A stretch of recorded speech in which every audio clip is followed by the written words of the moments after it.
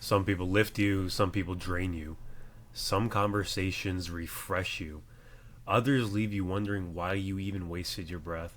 There's a weight we carry that isn't physical, and it may be the people we're too afraid to let go of.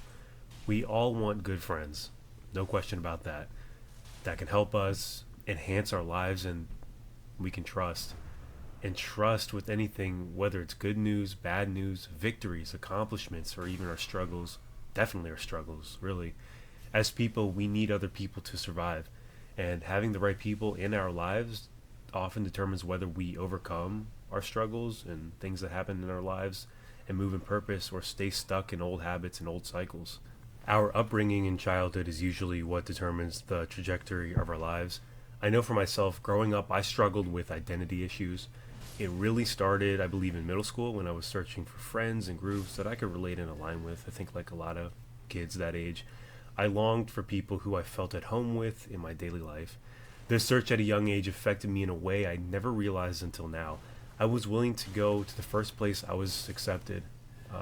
What else would any other kid do? What grew in me throughout childhood, though, was a sense of rejection, fear, unworthiness, and low self esteem. And that followed me for years and years. I began to become a quiet kid that just wanted to be seen. So, fast forward into high school, this insecurity of identity leads me into an awkward self awareness of myself. I began to seek out anything that would fill the void of my emptiness. That led me to wanting me in ninth grade at the age of 14 to smoke cigarettes and hang out with people who did that. I began to befriend the other kids who had access to those things because I wanted them. So I knew if I began to hang out with them, I would have no problem getting what I wanted. So eventually, cigarettes graduated into smoking weed, drinking, and being places I was not supposed to be. They weren't even really friends, they were just people I hung around because that quote unquote friend group I developed weren't even my friends who cared about me one bit. We all just had the same pain that we needed to medicate. After high school, I started selling weed. Figured I could smoke for free and make money while working. Genius, right? It made sense in my head. But then I found something that really hooked me, and that was this drug called Xanax. One time was all it took to hook me. So I began to sell that too, and that led me to build friendships with other dealers. And here's what messed me up. On the surface, they felt more real than anything I'd ever known. They were the best friends, they were the most loyal guys I had ever talked to. Always together, always tight. These guys called just to hang out. They were down to chill, talk, laugh. For the first time, I felt like I belonged. I could actually talk to them deeply and be a little bit vulnerable and share things I've never shared before that I couldn't with the quote unquote fake friends or people I didn't have a genuine connection with.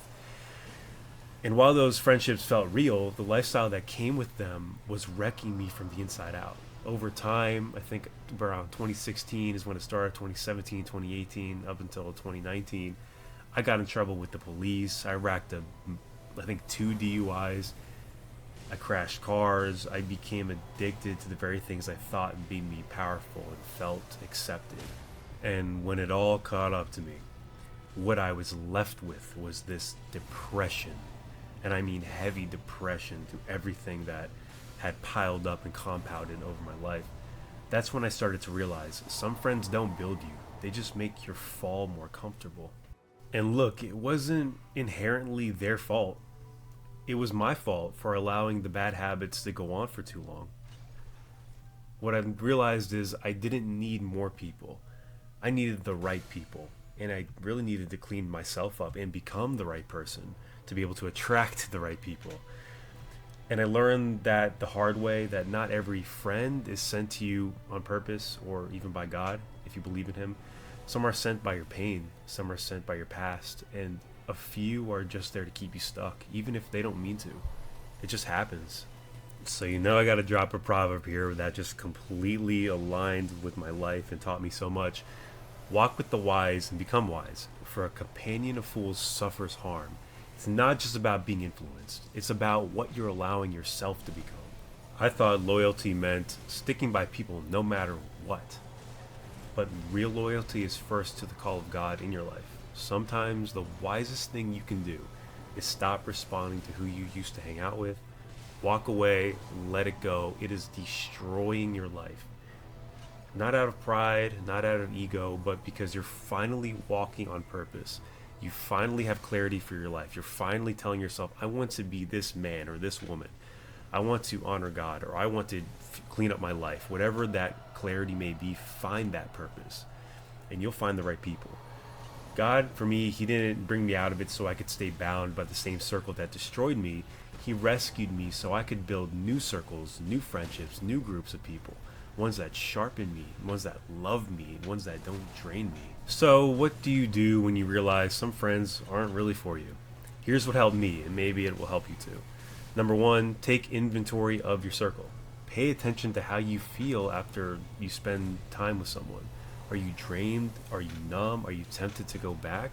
And what's that temptation? Are you missing out on the laughter? Are you missing out on the fun times? I mean, identify what that is so you can actually deal with it. Or are you encouraged? Are you challenged in a positive way and reminded of who you're becoming? Number two, start feeding your spirit what you wish your friends did. If you want people who speak life, start speaking life to yourself. Remember, become that person that you want to be around. If you want friends who care about your purpose, start getting serious about your purpose. Start visioning, start planning, start dreaming. You'll start attracting what you're becoming. So, point number three is pretty much inevitable. Everyone pretty much has to go through this one. But don't be afraid to spend time alone. Don't be afraid to have a period of your life where you don't have any friends or have anyone to call anymore. Isolation isn't the same as loneliness or even solitude, which is actually quite useful. Your decision to change will pull people out of your life so He can fill the space with Him, meaning God. Let that season refine you and get to know Him through it. Get to know God through it. Get to know yourself through it. And finally, number four, set boundaries, even if it feels awkward, even if you've never done it before and people think it's weird. You don't need to cut people off with drama. You can simply just create space. Stop engaging in the old habits and protect your peace. Maybe change locations of where you hang out. It's not rejection, but it's redirection. So maybe you're there right now. You're looking for answers, surrounded by people who once made you feel seen, but now all you feel is stuck. Reflect on this. Who in your life brings you closer to your calling? And who just makes your downfall more comfortable? Again, Proverbs 13 verse 20 doesn't say maybe. It says walk with the wise and you'll become wise. Hang around fools and you will suffer that harm. No exceptions. You'll become a fool if you do that. Sometimes the most spiritual thing, the wisest thing, doesn't come from gaining something. It comes from releasing what's been holding you back and giving up something, surrendering something, letting something die. So take the risk, draw the boundaries, say the prayer, give God the space to bring people who make you better and not bitter.